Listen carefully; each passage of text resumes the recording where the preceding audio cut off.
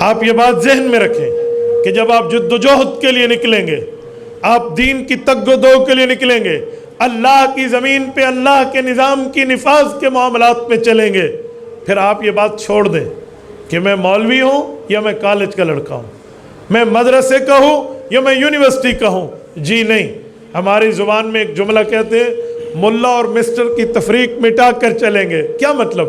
یعنی ملا نے بھی کلمہ رسول اللہ پہ پڑھا ہے، مسٹر نے بھی کلمہ رسول اللہ پہ پڑھا، یہ تفریق مٹانے کا معنی ہے۔ پھر آپ نے اپنی ترتیب کے مطابق دعوت دین دینی ہے۔ آپ تاجر ہیں، تاجران کو اکٹھا کر کے دعوت دینا آپ کی ذمہ داری ہے۔ آپ معاشرے میں اسکول کے ٹیچر ہیں، آپ کی ذمہ داری ہے کہ آپ اپنے اسٹوڈنٹس کو سمجھائیں۔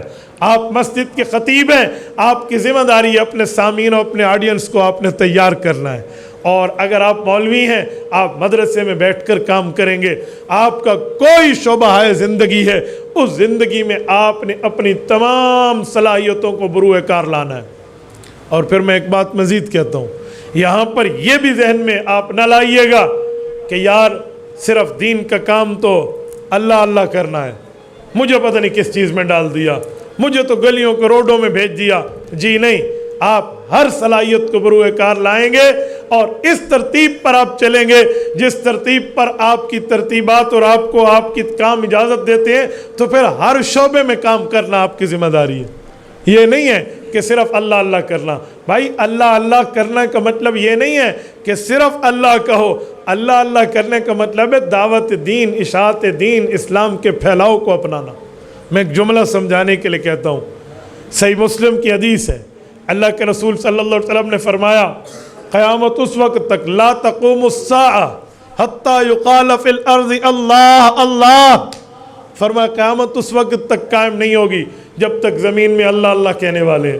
اللہ اللہ سے کیا مراد؟ کافر بھی تو اللہ کو مانتا، کئی کافر ایسے ہیں جو اللہ کو مانتے ہیں۔ آپ جو ہے نا غیر مسلموں میں یہود کو لے لیجئے، آپ غیر مسلموں میں عیسائیت کو لے لیجئے، حتیٰ کہ بعض میرے مطابق تو مشرکانہ عقیدہ رکھنے والے بت پرست بھی کہیں گے اصل اللہ ہے، یہ اس کے دیے ہوئے پاور ہے، تو پھر وہ تو مانتے ہیں۔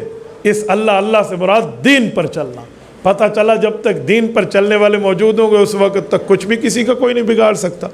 نمبر 4، بنیادی طور پر آپ یہ بات سمجھیے کہ آپ اپنے موقف، اپنے مشن، اپنے کاز کو سمجھیں گے تو بات بنے گی۔ کاز کیسے سمجھیں گے؟ آپ اپنے بڑوں سے اپنے دستور کو پڑھیے۔ دستوری طور پر مضبوط ہونا ہر کارکن کے لیے ضروری ہے۔ آپ دستور کو پڑھیں اور دستور کو سمجھیں، ان کی شکیں سمجھیں، اپنے بڑوں سے سمجھیں، اپنے امیر سے سمجھیں، اپنے ذمہ دار سے سمجھیں کہ دستور مجھے کس حد تک بات کرنے کی کیا ترتیب بتا رہا ہے۔ آج عام بندے کو دستور اور منشور کا فرق نظر نہیں آتا۔ میں کئی مرتبہ اس طرح میٹنگز میں، اس طرح کے عمومیوں کے اجلاس میں ایک بات کرتا ہوں کہ جب میں ایک بات کو نہیں سمجھوں گا میں آگے دعوت کیا دوں گا؟ تو میں کہتا ہوں دستور وہ ہے جس پر جماعت چلے گی، منشور وہ ہے جو مشن ہم لوگوں کے سامنے پیش کریں گے۔ تو ہمیں اس کا فرق پتہ ہونا چاہیے۔ بنیادی طور پر یہ دستور کی باتیں آپ سمجھیں گے، پھر آپ کو اپنا دائرہ کار سمجھ آئے گا کہ میں کس دائرہ کار میں بیٹھا ہوں، میں نے کس حد تک پہنچنا اور میری باؤنڈریز ہیں، میرے حدود کہاں تک ہیں، تو ان تک چلنا ہے، اس سے آگے نہیں۔ اس ترتیب میں آپ چلیں گے۔ تبارك الذي نزل الفرقان على عبده ليكون للعالمين نذيرا